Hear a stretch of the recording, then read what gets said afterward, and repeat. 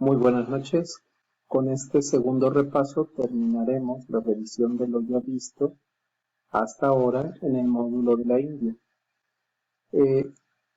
Precisamente estamos en la sección número 4, que es lenguas, textos sagrados y religiones de la India.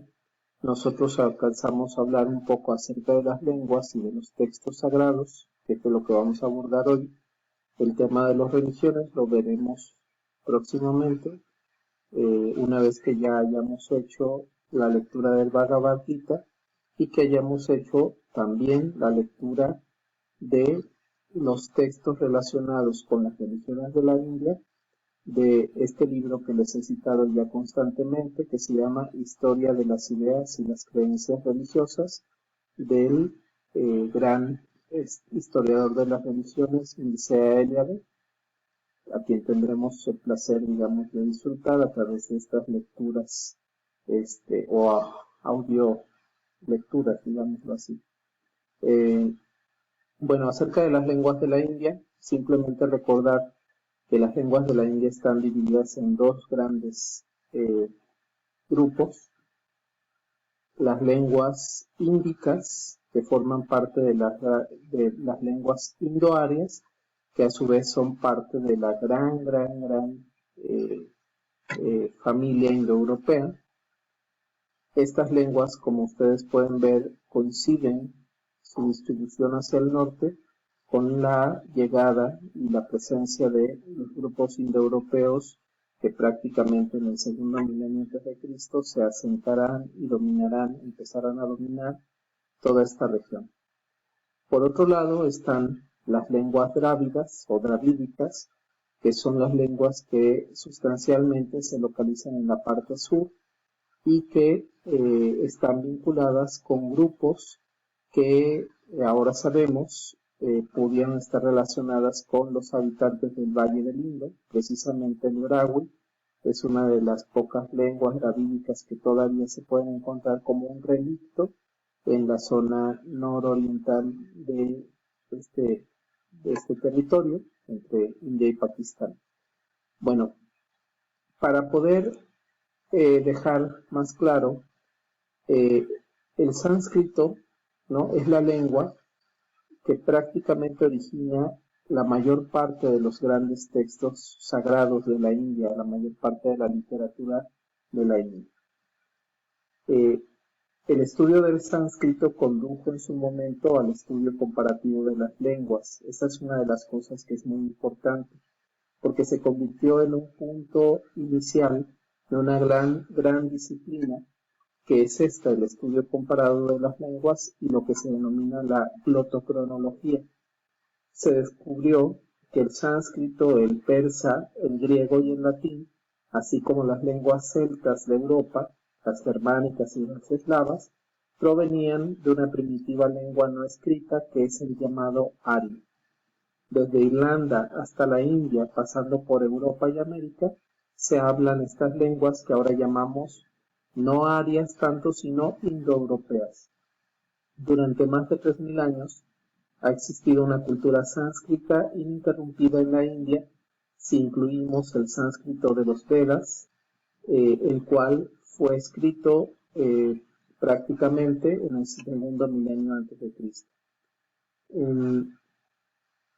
La literatura sánscrita es una gran literatura. En ella encontramos los grandes himnos de los Vedas, el esplendor de los Upanishads, la gloria de este libro del Mahabharata, que es el Bhagavad Gita, por supuesto la inmensidad del propio Mahabharata, la ternura y el heroísmo de este gran canto épico que es el Ramayana, la sabiduría de las fábulas e historias de la India, la filosofía científica del Sankhya, la filosofía psicológica del yoga, la filosofía poética del Vedanta, las leyes del Código de Manu, la gramática de Panini y otros escritos científicos, así como la poesía lírica y el teatro, que culminan en la gran poesía y el teatro de Kalidasa.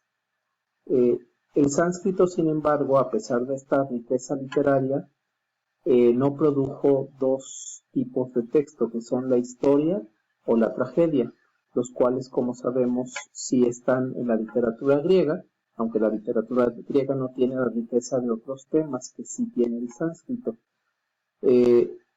Así pues, en la literatura sánscrita no existe un Heródoto o un Tucídides, dos de los grandes historiadores griegos, por ejemplo, ni tampoco existen ni Esquilo, ni Sófocles, ni Eurípides, que puedan ser análogos, por supuesto, a estos tres grandes figuras de la tragedia griega. A grandes rasgos, la literatura sánscrita es una literatura entretejida de idealismo y de sabiduría práctica, así como de un ferviente anhelo de visión espiritual. En los Vedas existe una oración que durante más de 3000 años ha estado cada mañana en los labios de millones de hindúes. Este himno se le denomina Gayatri y traducido al español sería que nuestra meditación sea acerca de la gloriosa luz de Savitri, que esa luz ilumine nuestras mentes. El poeta de los Vedas que entonó estas palabras tuvo visión de futuro. La mente de la India nunca se ha cansado de buscar la luz.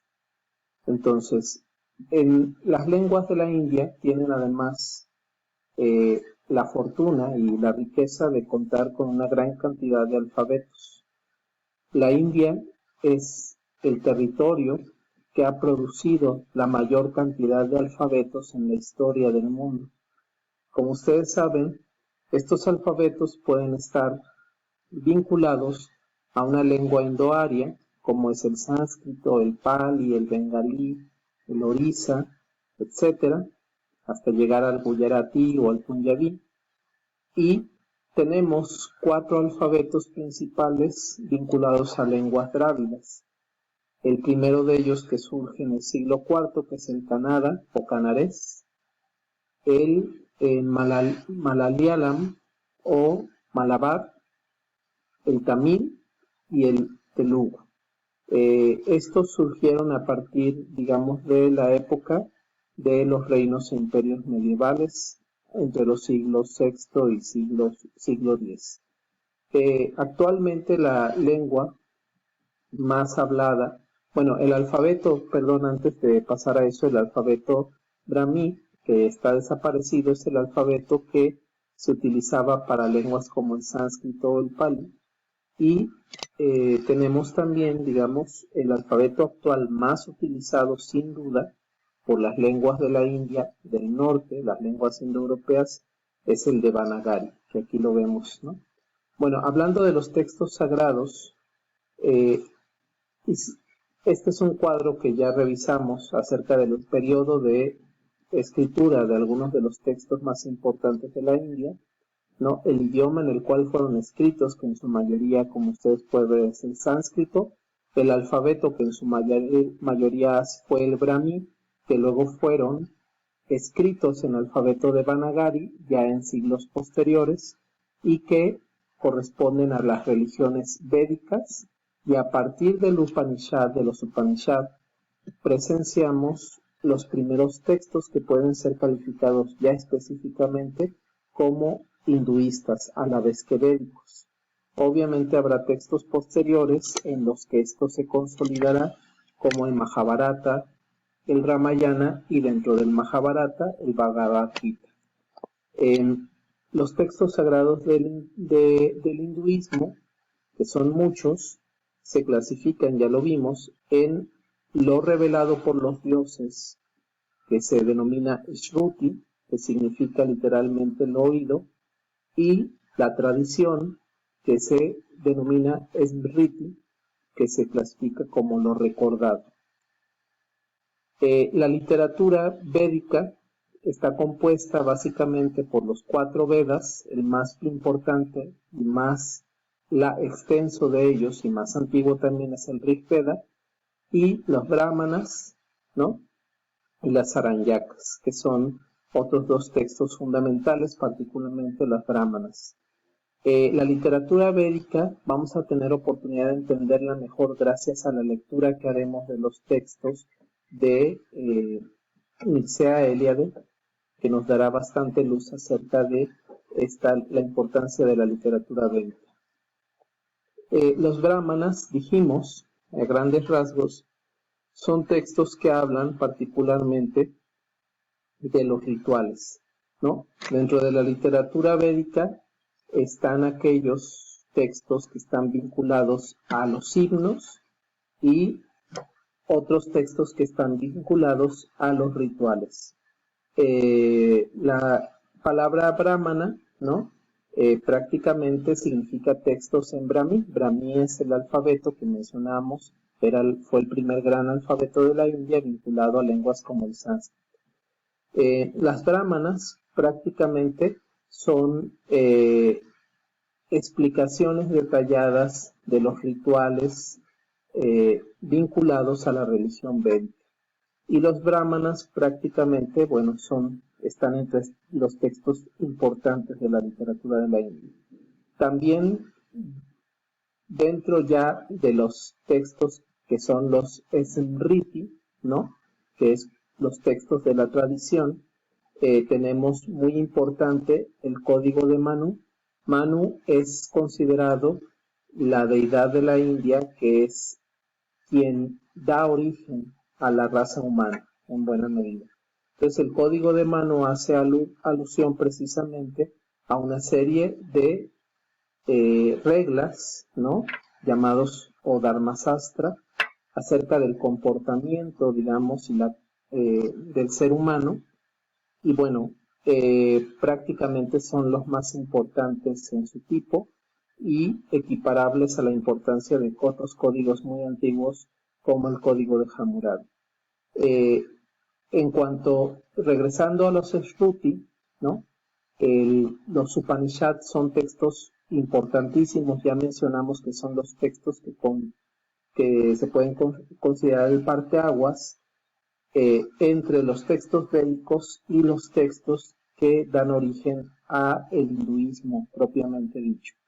Aquí, en la doctrina upanishádica, se define la existencia de una, digámoslo así, entidad universal, que es el Brahman, y tenemos por otro lado el Atman, que es el alma individual, a la cual busca de alguna manera retornar y reconoce su correspondencia con el Brahman. Entonces la dualidad Brahman-Atman, al igual que el establecimiento de la nueva Trimurti de dioses, que es el dios Brahma como creador, el dios Vishnu como conservador y el dios Shiva como destructor regenerador, queda constituida en los Upanishads.